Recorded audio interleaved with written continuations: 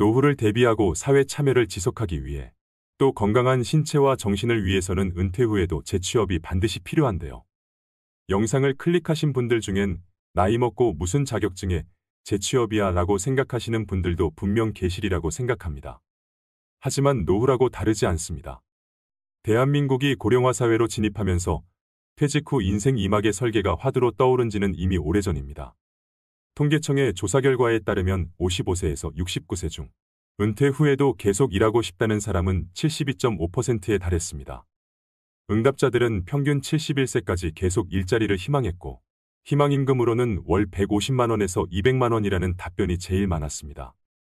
주변을 보면 은퇴 후 굳이 일을 안 해도 노후를 보낼 수 있을 만큼 여유가 있으신데 일을 계속하시는 분들이 있습니다. 이처럼 은퇴 후 제2의 직업을 찾는 데에는 금전적인 이유만 있는 것은 아닙니다.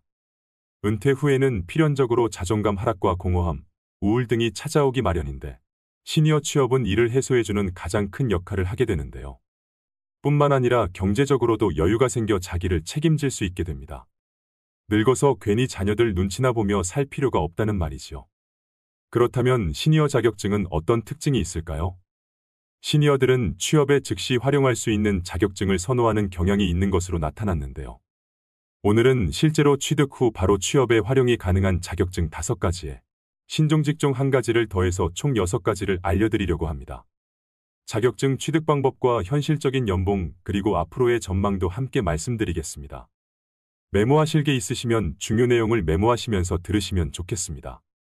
오늘의 영상을 끝까지 시청하셔서 중년 노년에도 일하는 즐거움을 통해 더 풍요로운 노후를 보내시길 바랍니다. 50대, 60대 분들에게 첫 번째로 추천드리는 자격증은 바로 건축도장기능사입니다.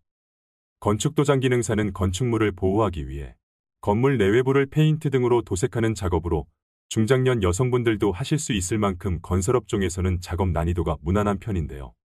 그래서인지 50대 이상 여성의 취득률이 2위로 선정될 만큼 시니어들이 선호하는 자격증입니다. 그렇다면 건축도장기능사가 되려면 어떻게 해야 할까요? 건축도장기능사는 필기는 없고 실기시험만 진행됩니다.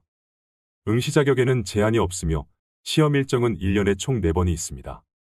실기 100점 만점에 60점 이상 취득 시 합격인데요. 합격률은 약 60%에 가까운 합격률로 높은 편에 속합니다. 준비만 꼼꼼히 하시면 한 번에 무난히 붙을 수 있는 자격증입니다. 실기의 경우 실제 재료를 가지고 도장 연습을 하는 것이 무엇보다 중요한데 유튜브 등으로 독학하여 준비하시는 분들도 있습니다만 학습 여건상 학원에서 공부하시는 것이 훨씬 많은 도움을 받을 수 있습니다. 그런데 생각보다 많이 드는 비용에 헉할 때가 있습니다. 이럴 때 학원 비용의 부담을 줄일 수 있는 국민내일배움카드를 활용하셔야 합니다. 은퇴 후 새로운 인생을 준비하는 분들에게 아주 큰 도움이 되는 자격증 지원 사업입니다. 내일배움카드의 신청 방법 등 자세한 내용은 영상의 끝부분에서 종합적으로 다시 말씀드리겠습니다. 건축도장기능사 자격을 취득하면 도장공으로 취업하는 게 일반적입니다. 앞으로의 취업 전망은 우리나라의 건축물 경우에는 노후화가 심한 상태이기 때문에 수요는 오히려 점점 높아지고 있다고 하는데요.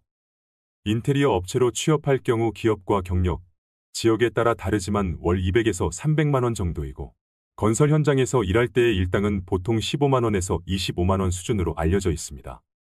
요즘에는 예전과 달리 건축물뿐만 아니라 금속, 목재 등 도장 범위가 넓어지고 있어 전망 또한 좋은 편에 속합니다. 또 도장공의 연령이 높고 젊은이들은 직업으로서 진입을 꺼리고 있는 실정이어서 중장년 이상의 인력 수요는 서서히 증가할 전망입니다. 50대, 60대 분들에게 두 번째로 추천드리는 자격증은 바로 한식조리기능사입니다. 한식조리기능사 자격증은 매년 꾸준히 높은 응시율과 여성 시니어들의 인기를 유지하는 자격증인데요. 살림 경험을 바탕으로 요리에 자신 있으신 분들이 가장 선호하는 자격증입니다. 자격증 취득 후 일반 음식점부터 국공립 어린이집이나 병원, 학교 등의 단체급식소에서 조리사로 취업이 가능합니다. 특히 학교 급식소에서 일하면 퇴근 시간이 빠르고 방학 기간에 쉴 수 있다는 장점이 있습니다. 그렇다면 한식조리사가 되려면 어떻게 해야 할까요? 한식기능조리사 자격증은 산업인력공단에서 시행하는 시험으로 나이나 경력, 학력 등의 응시 자격에 제한이 없습니다. 자격증 취득 과정은 필기와 실기시험으로 나눠지는데요. 필기시험의 합격률은 45% 정도로 1시간 동안 사지선다형 60문제를 풀어야 되며 60점 이상 맞으면 합격입니다. 문제집 한 권을 사서 2주에서 3주 정도 시간을 투자해 공부하면 무리 없이 합격하는 수준이라고 합니다. 반면 실기시험 합격률은 35% 정도로 결코 난이도가 낮은 시험은 아닙니다. 실기시험은 한식 메뉴 31개 중 2개가 랜덤으로 출제되고 70분 동안 주어진 재료로 조리해야 합니다. 특히 실기시험의 경우엔 공식을 잘 따라하셔야 되기 때문에 학원에서 수업을 들으시는 게 보다 단기간에 합격할 수 있는 방법인데요. 한식조리 기능사 같은 경우도 내일 배움 카드로 실기시험에 대비한 교육비를 최대 100%까지 지원받을 수 있으니 꼭 활용해 보시면 좋겠습니다. 한식조리 기능사의 연봉은 종일근무 기준 평균 3,300만 원 정도입니다. 대부분의 어린이집이나 단체급식소 같은 경우엔 종일근무가 아닌 파트타임을 선호하는 경우도 많습니다. 결과적으로 한식조리 기능사는 신중년들에게 전망이 밝고 돈을 많이 벌겠다는 목적보다는 요리할 때 즐거움을 느끼고 시간을 유연하게 쓰고 싶은 분들에게 추천하는 자격증입니다. 50대, 60대 분들에게 세 번째로 추천드리는 자격증은 바로 떡제조 기능사입니다. 저도 이번 영상을 준비하면서 처음 접하게 된 자격증인데요. 여러분들도 아마 조금은 생소하실 거라고 생각됩니다. 하지만 떡제조 기능사는 블루오션에 해당하는 자격증 중에 하나라고 합니다.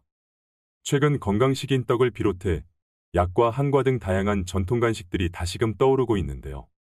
떡이 줄어든 쌀 소비량을 끌어올리고 있을 만큼 전통 디저트를 찾는 소비자 수는 꾸준히 증가하고 있는 추세입니다. 그렇다면 떡 제조 기능사가 되려면 어떻게 해야 할까요? 떡 제조 기능사는 한국산업인력공단 주관으로 진행되는 시험으로 시험 일정은 1년에 4회입니다. 필기시험은 사지선다형으로 총 60문항을 60분 동안 풀어야 합니다. 한식조리 기능사와 건축도장 기능사와 마찬가지로 100점 만점에 60점 이상이면 통과됩니다. 필기시험 합격률은 75% 정도로 높은 편에 속하지만 현재 연도가 거듭될수록 합격률이 조금씩 낮아지는 걸로 봤을 때 그만큼 난이도가 조금씩 올라가고 있는 추세입니다. 필기의 경우 독학으로 공부하셔도 크게 어려움 없이 합격이 가능합니다. 실기 과목은 떡제조 작업형으로 2시간 동안 시험이 진행되며 맵쌀떡과 찹쌀떡 중 한 종류만 출제가 되는데요. 실기 역시 100점 만점에 60점 이상이면 합격입니다. 실기시험 합격률은 약 50%로 필기보다 다소 낮은 것을 확인할 수 있는데요. 실기를 좀 더 꼼꼼히 준비하셔서 시험장에 들어가야 할 필요성이 있겠습니다. 떡 제조 기능사 역시 실기 준비는 내일 배움 카드를 활용하시면 학원에서 수강이 가능합니다. 떡 제조 기능사 평균 연봉은 3천만 원 초반 수준인데요. 떡은 한번 배워놓으면 관련 업종을 창업할 수도 있고 카페 곁들인 메뉴로도 낼 수 있다는 메리트가 있기 때문에 전망은 밝은 편입니다.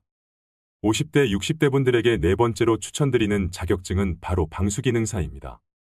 방수기능사는 말 그대로 건축물에 물이나 습기가 스며들지 않게 하기 위해 지하도나 지붕, 벽, 욕조 등의 방수 작업을 하는 자격을 의미합니다.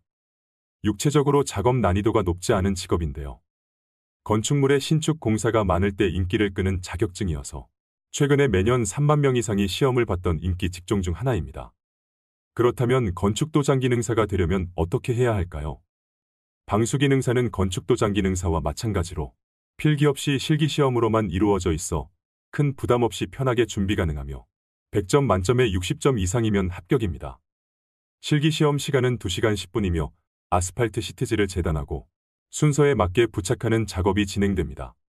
합격률은 약 50% 정도로 무엇보다 2시간 10분 안에 작업을 마쳐야 하기 때문에 몸에 익숙해질 때까지 실습을 충분히 해야만 취득할 수 있습니다. 방수기능사 또한 한국산업인력공단 주관 시험이고 내일 배움 카드 이용이 가능합니다. 방수기능사의 평균 연봉은 3,200만 원 정도입니다. 방수공사는 90% 이상이 신축공사이며 일부가 보수공사이기 때문에 신축공사의 증감에 따라 영향을 많이 받습니다. 최근 건설 경기가 서서히 회복되면서 방수기능사에 대한 고용도 서서히 증가할 전망입니다. 50대, 60대 분들에게 다섯 번째로 추천드리는 자격증은 바로 요양보호사입니다. 고령화 시대에 꼭 필요한 인력으로 주목받는 자격증인데요. 요양보호사는 노인 또는 신체적으로 도움이 필요한 환자들에게 기본적인 건강관리와 생활지원을 제공하는 역할을 합니다. 제 주변에도 실제로 50대, 60대 지인분들이 요양보호사를 업으로 삼고 계시는 분들이 많이 계실 만큼 요양보호사 자격증에 대한 관심이 뜨거운데요. 아내를 간호하기 위해 자격증을 취득한 84세 할아버지와 18살 손자와 나란히 합격한 72세 할머니도 계십니다. 개인적인 생각으로 50대, 60대라도 누구나 무리 없이 합격할 수 있는 수준이라 봅니다. 그렇다면 요양보호사가 되려면 어떻게 해야 할까요? 요양보호사의 교육과정은 총 240시간으로 이론과 실기 그리고 실습을 각각 80시간씩 수료해야 됩니다. 필기시험과 실기시험 각각 만점에 60% 이상 득점 시 합격할 수 있습니다. 하지만 2024년부터는 이론 240시간, 실기 80시간으로 기존 교육이수 시간에서 80시간이 더 늘어날 예정입니다. 자격증을 취득한 요양보호사는 흔히 양로원이라 말하는 시설이나 주야간 보호센터에서 일할 수 있게 되는데요. 또 제가 서비스라고 해서 집으로 직접 방문해 가사 지원과 신체 수발 서비스 등을 담당하기도 합니다. 다만 급여가 안정적이지 않고 값싼 가정부를 고용했다는 듯 노골적으로 잡일을 시키는 환자나 가족이 있을 수 있습니다. 또 치매 어르신들을 주로 돌보는 일이라 돌발 상황도 많이 생긴다고 합니다. 하지만 단순한 돈벌이 이상의 보람이 있다고 하시는 분들도 많습니다. 근무지에 따라 일의 강도나 형태는 다르지만 요양보호사 대부분은 사회에 도움이 되는 일을 하고 있다는 사명감으로 일하고 계시지 않을까 생각합니다.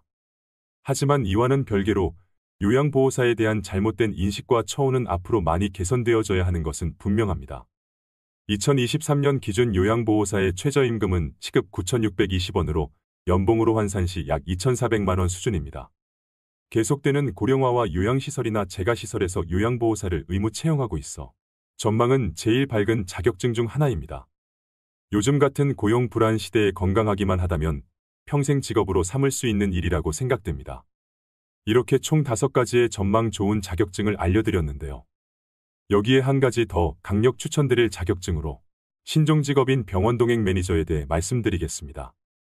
기대 수명이 늘어난 요즘에는 불가피하게 찾아오는 질병을 적절하게 관리하는 일이 장수의 우선 조건이 되었습니다. 이와 함께 부상하는 직업이 바로 병원 동행 매니저인데요. 노인 비율이 커지는 만큼 몸이 아픈 사람들도 당연하게 많아지고 있습니다. 복합검진이 가능한 대부분 종합병원이 예약 시스템으로 운영되고 있는데 기기를 다루는 데 익숙하지 않는 어르신에게는 외래 진료 예약부터 병원 방문까지 모든 과정이 어려움의 연속인데요. 그나마 가족이 도움을 줄 수 있다면 괜찮지만 각자 밥벌이로 인해 부모의 외래 진료에 동행하기 위해 시간을 내기는 쉽지 않습니다. 이처럼 병원 동행 매니저는 숙련된 간병인이 환자와 함께 이동하여 보호자를 대신해 병원 이동 및 접수 귀가까지 동행하는 신종 직업입니다. 병원 동행 매니저는 인생이막의 유망 직종으로 전망이 아주 밝습니다. 서울시의 경우 2022년 기준으로 1만 명의 병원 동행 매니저가 활동하고 있으며 2025년까지 2만 명의 병원 동행 매니저를 양성할 계획이라고 밝혔는데요. 노인 인구가 빠르게 증가하면서 시니어 1인 가구는 더욱 늘어날 것이기 때문에 병원 동행 매니저의 수요는 앞으로 더욱 증가할 것으로 예상되고 장년 노년분들이 하기에 괜찮은 직업으로 생각이 됩니다. 그렇다면 병원 동행 매니저가 되려면 어떻게 해야 할까요? 병원 동행 매니저로 활동하기 위해서는 간호사, 간호조무사나 요양보호사, 사회복지사 자격 중 한 가지 이상의 자격증을 소유하고 있어야 합니다. 소지하고 계신 자격증이 없으시다면 사회복지사 2급 취득으로 접근하시는 게 가장 수월한 방법인데요. 사회복지사 2급은 필기시험 없이 온라인 수업 이수 후 실습을 하면 취득할 수 있습니다. 한국산업인력공단이나 한국사회복지사협회 홈페이지에서 접수를 진행할 수 있습니다. 가장 궁금해하실 급여 조건은 지역이나 업무 시간에 따라 다르겠지만 월 최대 240만 원 수입을 낼 수 있습니다. 평균 시급은 2만 원 수준으로 모든 서비스는 기본 2시간 이상 제공되기 때문에 한 번 병원 동행 시 최소 4만 원을 받을 수 있습니다. 근무 시간을 여유롭게 사용할 수 있고 업무 강도도 무난한 편에 속하기 때문에 하루빨리 자격증을 취득하셔서 제2의 직업으로 삼아보시면 어떨까요? 그렇다면 말씀드린 5가지의 기능사 자격시험은 어디에서 신청할까요? 한국산업인력공단 사이트인 큐넷 사이트에 접속하셔서 원서 접수를 진행하셔야 합니다. 설명드린 자격증마다 말씀드렸다시피 국민배움 체험카드를 100% 활용하셔서 취득하셔야 비용을 최대한 아낄 수 있습니다. 신청 방법은 가까운 고용센터를 방문하시거나 HRD.net 홈페이지를 통해 신청이 가능한데요. 지원 금액은 300만 원이 기본이고 최대 500만 원까지 지원받을 수 있습니다. 지원 범위 내에서 전체 훈련비의 45에서 85%가 국비 지원이 됩니다. 아무래도 어르신들은 컴퓨터로 신청하는 것은 어려움이 있을 수 있기 때문에 언급해드린 자격증 취득에 의사가 있으신 분들이라면 자녀에게 도움을 요청하시거나 그마저도 어렵다면 고용센터에 방문해서 자세한 상담을 받아보시는 것이 좋겠습니다. 오늘의 영상 어떠셨나요? 영상을 보시고 이렇게 말씀하시는 분들도 계실 겁니다. 일이야 계속하고 싶지요. 하지만 나이 든 사람을 누가 써준답니까? 라고 하시며 일자리를 구할 생각조차 하지 않는 분들도 많을 거라고 생각합니다. 자격증을 취득해도 나이 때문에 일자리를 구하기 힘든 현실이라고도 말씀하십니다. 저는 이 의견이 맞는 말인 것 같기도 하지만 또 틀린 말이기도 한 것 같은데요. 일자리를 구하지 못하는 것은 나이 때문만이 아닙니다. 쉬운 일만 찾거나 이미 지나버린 자신의 전성기만 생각하고 눈높이를 낮춰 일자리를 구하지 않기 때문인 경우가 더 많습니다. 하늘은 스스로 돕는 자를 돕는다고 했습니다. 노후에도 일을 계속하겠다는 의지가 있으시다면 스스로 변하고 일자리를 얻기 위해 노력하셔야 합니다. 내가 과거에 무엇을 했느냐가 아니라 현재 내가 어떤 상황에 있고 앞으로 어떻게 살아갈 것인가를 정확히 인식하는 것이 중요합니다. 노후의 일자리를 위해 명심해야 할 것이 있습니다. 용기 있는 자가 일자리를 얻는다. 두드려라. 그러면 열릴 것이다. 마지막으로 구독자 여러분들이 이미 취득하셨거나 공부 중이신 자격증, 그리고 제2의 직업으로 삼고 계신 일이 있으시면 댓글로 공유해 주시면 감사하겠습니다. 또 궁금하신 질문을 댓글로 남겨주시면 성심성의껏 답변드리도록 하겠습니다. 오늘도 노후의 지혜와 함께해 주셔서 감사드립니다.